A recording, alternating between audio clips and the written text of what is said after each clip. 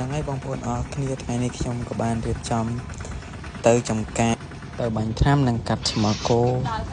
ហ្នឹងហើយទេសភាពតុកស្រែចំការគឺស្រស់ស្អាតមែនតើនៅអមពុំមេងកំពុងតែកាត់ឆ្មោះគោហើយនៅភូមិខ្ញុំស្រុកខ្ញុំគេក៏សម្បូរអ្នកដាំផ្កាចន្ទោបងប្អូនស្គាល់អត់នេះផ្កាចន្ទោស្អាតមែនតើហ្នឹងហើយសិតនៅភូមិខ្ញុំពីចឹងគឺគេដាំផ្កាចន្ទោសឹងគ្រប់គ្នាគេធ្វើស្រែហើយនឹងដាំផ្កានិយាយទៅមើលទៅគឺប្លែកភ្នែកមែនតើបើណាគេចង់ម្លេចបានផ្កាចន្ទោនេះផ្កាមើលអូស្អាតធំបងប្អូនអើយដាំបន្លែដាំអីអូនិយាយទៅគឺthe best តែម្ដង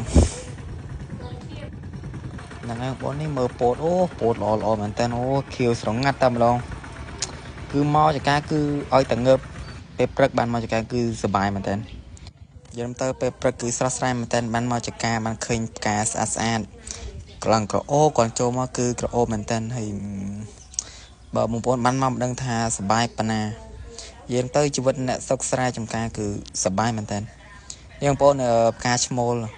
វារៀងធំជាងផ្កាមេបន្តិច